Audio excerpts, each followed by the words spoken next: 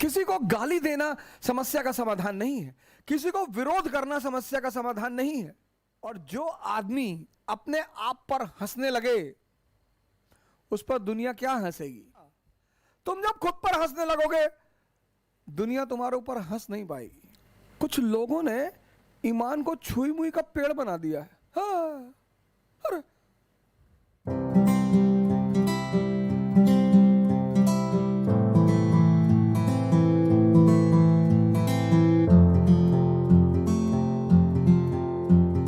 मुझे भी मार्जनी और भगत सिंह के इस वक्तव्य से मैं पूरी तरह सहमत हूं कि देश को सिर्फ और सिर्फ उस समय की युवा पीढ़ी ही बदल सकती है।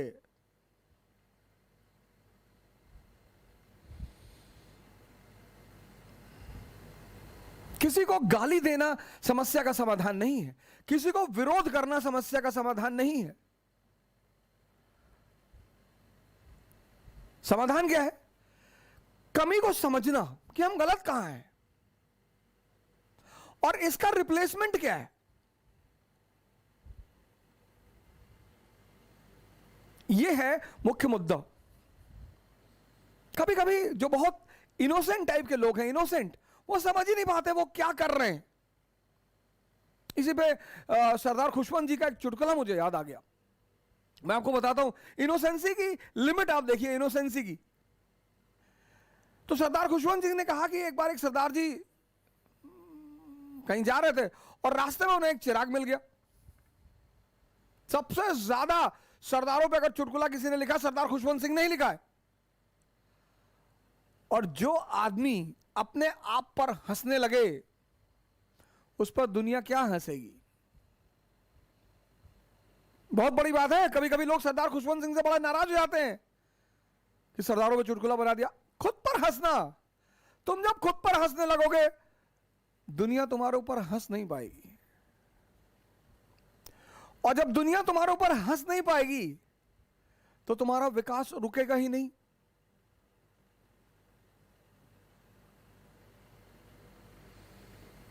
इससे पहले कि दुनिया तुम्हारे ऊपर हंसे तुम खुद पर हंसना शुरू कर दो।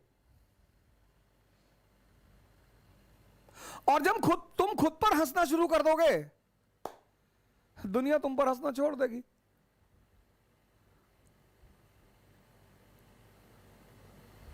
क्योंकि हंसना दुनिया का एक बहुत बड़ा हथियार है 90% लोगों को नियंत्रित करने का।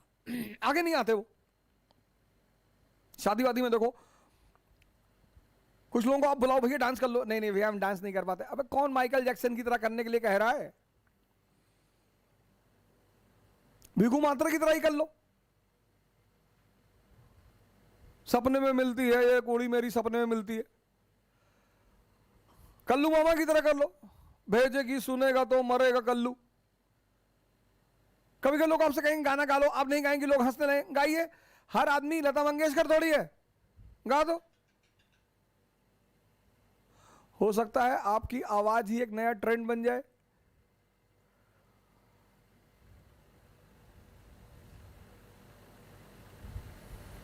जिंदगी में अपॉर्चुनिटी बहुत बड़ी चीज होती है। तो सरदार खुशवंत सिंह जी ने लिखा है कि एक बार एक सरदार जी कहीं जा रहे थे और उनको एक चिराग मिल गया पड़ा हुआ।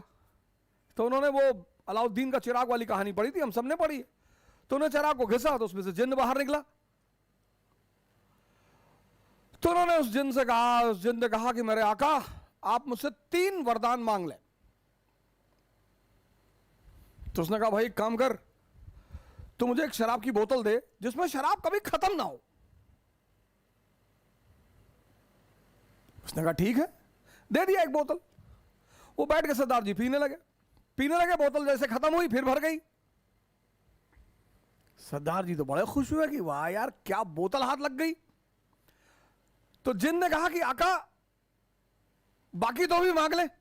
बोले यार छाड़ यार, तू 2 ऐसी और बोतल दे दे, खत्म।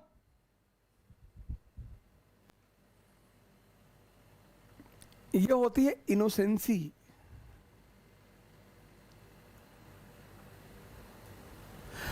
और मैं इस बात को अच्छी तरह जानता हूं कि हमारे देश के 70% लोग बहुत इनोसेंट हैं, बहुत।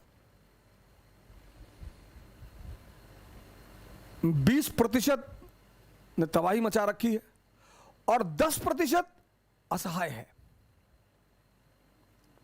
जो प्रेजेंट भारत की दशा है वो ये है कि 70% इनोसेंट है, 20% उन्हें भड़का रहे हैं। दलित दलित दलित दलित दलित, ब्राह्मण ब्राह्मण्स, ब्राह्मण्स को डरा रहे, मुसलमानों को डरा रहे, हिंदुओं को डरा रहे। Hindu nation, Hindu nation, India is going to be Hindu nation. अरे तो अमेरिका भी तो क्रिश्चियन नेशन है।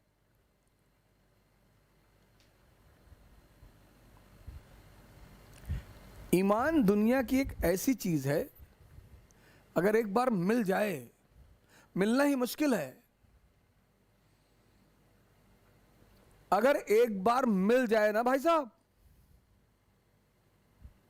मैं बड़े सारे मुसलमान दोस्तों को जब सुनता हूं कि नहीं नहीं इस्लाम के खिलाफ, सरकार ईमान एक बार मिल जाए ना तो दुनिया की कोई भी ताकत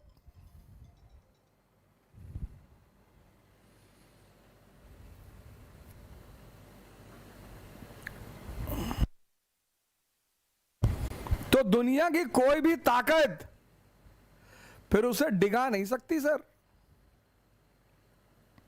सबसे बड़ा एग्जाम्पल है मंसूर बिन हलाज।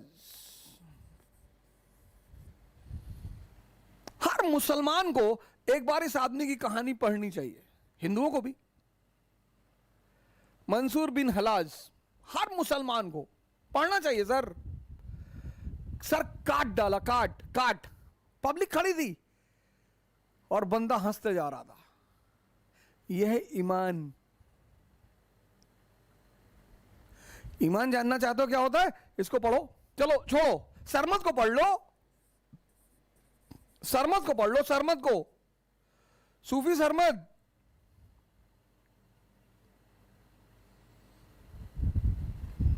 सर ईमान बहुत बड़ी चीज है सर। बुद्ध अंगुलीमाल के पास चले गए सर, उसकी मां तैयार नहीं थी जाने के लिए, तो कौन सी ताकत थी? ईमान।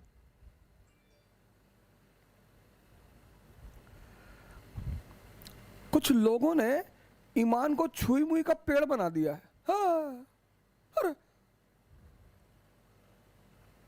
बहुत बड़ी चीज है सर, बहुत बड़ी,